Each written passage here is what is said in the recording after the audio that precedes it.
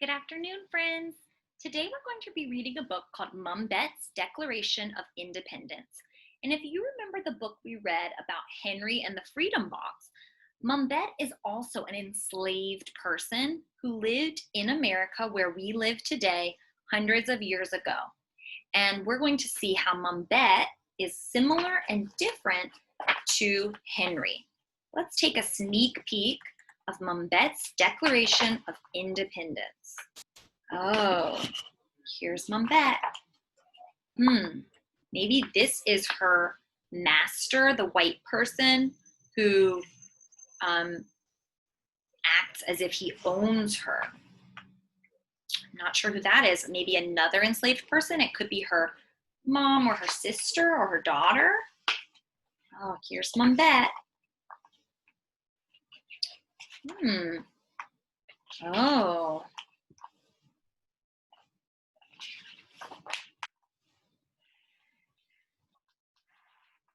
Not sure what's going to happen in this story.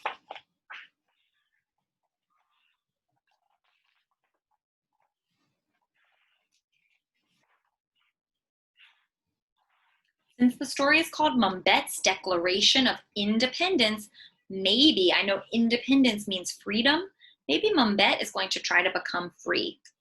Let's read and find out. Mumbet's Declaration of Independence by Gretchen Wolfel.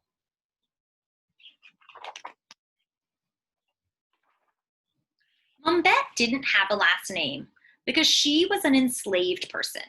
She didn't even have an official first name. Folks called her Bet or Betty. Children fondly called her Mombet or Mumbet. Others weren't so kind. Colonel John Ashley was the richest man in Berkshire County, Massachusetts. He owned an iron mine, a sawmill, a grist mill, a general store, and 3,000 acres of farm and woodland. He also owned Mumbet. That is very strange to own a person. But remember, when our country began, white people were allowed to own Black people. The colonel's wife, Mrs. Ashley, owned the sharpest tongue in town. All day she hurled spiteful names at Mumbet. She called her useless baggage, stubborn wench, dumb creature. Ooh, she does not sound very nice. Don't mind her jabs, Lizzie, Mumbet said to her daughter. Look at the mountain out there. Rain and wind, ice and snow try to wear it down. But there it stands, strong and rugged, just like us. She stroked Lizzie's curls and grinned. So I guess this is Mumbet's daughter, and it looks like she's also an enslaved person. What Mumbet did mind was someone owning her. Everyone in town worked hard, and many people worked on their own farms. Even servants and hired hands could choose to leave a cruel master, but Mumbet didn't have a choice. She was a servant for life. She gazed at the river running free at the bottom of the meadow. Freedom! She thought of it day and night. One day, Mumbet kneaded bread dough with Lizzie by her side. Glowing coals heated the oven. When it was hot enough, Mumbet shoveled out the coals and put in the bread to bake. Lizzie formed her own little loaf from leftover scraps of dough. Mrs. Ashley, remember that is the owner, their owner who was a white woman, came in and screamed at Lizzie. Thief! How dare you steal my food? She raised the coal shovel to strike the girl, but Mumbet struck out her arm to take the blow. Crack! Blood spurted from Mumbet's arm. Lizzie shrieked. Mrs. Ashley stared. Mumbet wrapped a rag around the wound until the bleeding stopped. All winter long, the cut festered, but she never covered it. What do you think the word festered might mean? It could mean like it got infected. The wound was her badge of bravery. Folks asked, Why, Mumbet, what is wrong with your arm? Ask Madam, she replied. That must be Mrs. Ashley. Mrs. Ashley scowled. Mumbet's wound was her badge of shame. What do you think it means that Mumbet's wound was Mrs. Ashley's badge of shame?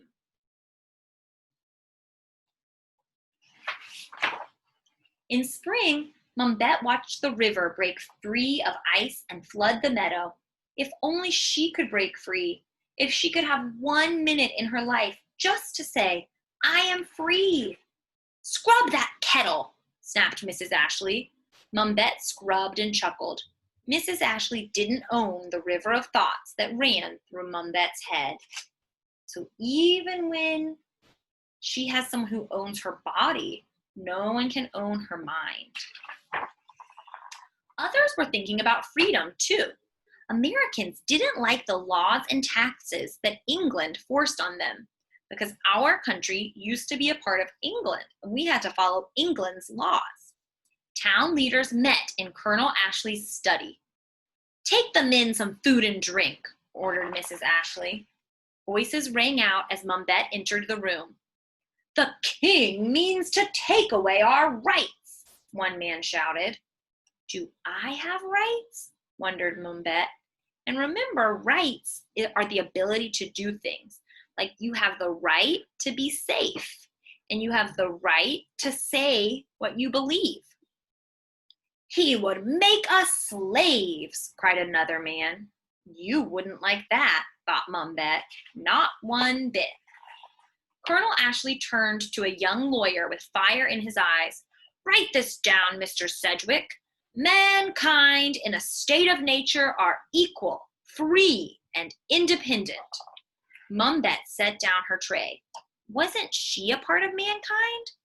The great end of society is to secure those rights wherewith God and nature have made us free.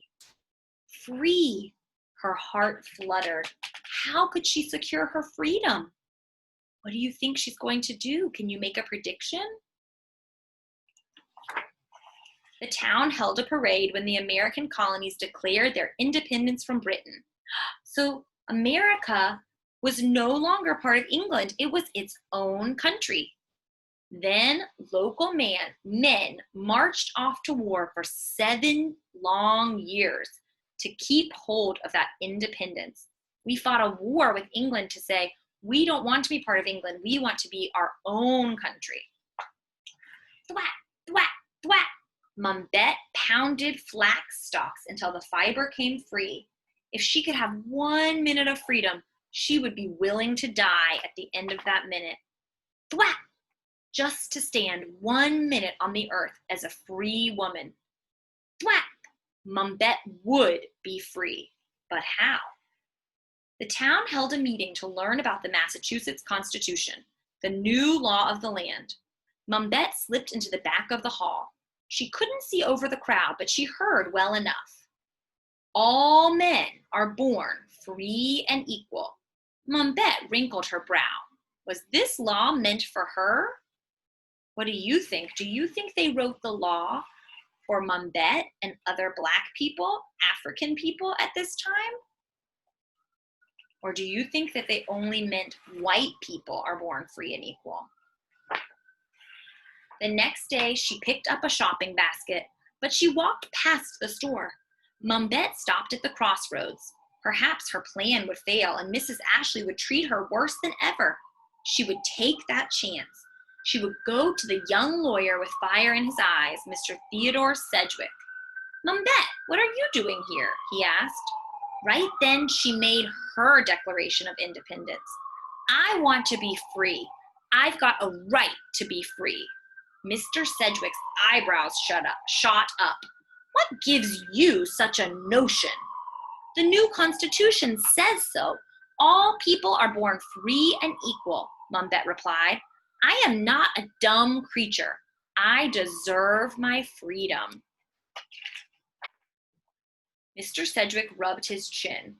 I don't know. You wrote those freedom words at Colonel Ashley's house, she said. Do you believe them? Her blazing eyes met his. Of course, but that was not the law. The new Constitution is the law. Mumbet folded her arms. Yes, but he gazed at Mumbet, standing strong as a mountain, and pounded his desk. We will go to court together and test the new law, but if we lose, I will be no worse off, Mumbet said, and if we win, I will be free.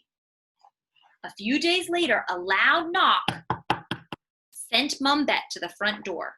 Colonel John Ashley, said the sheriff, holding out a paper. Colonel Ashley read it and exclaimed, Give up, Mumbet. She's my property, you know that.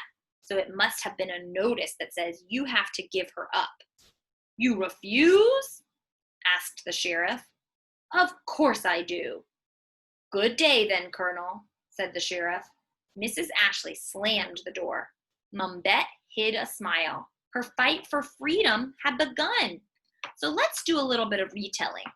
In this story so far, we've seen that Mumbet was a slave, an enslaved person, but she wanted to be free. So when the United States became free from Britain, she said, I want to be free too.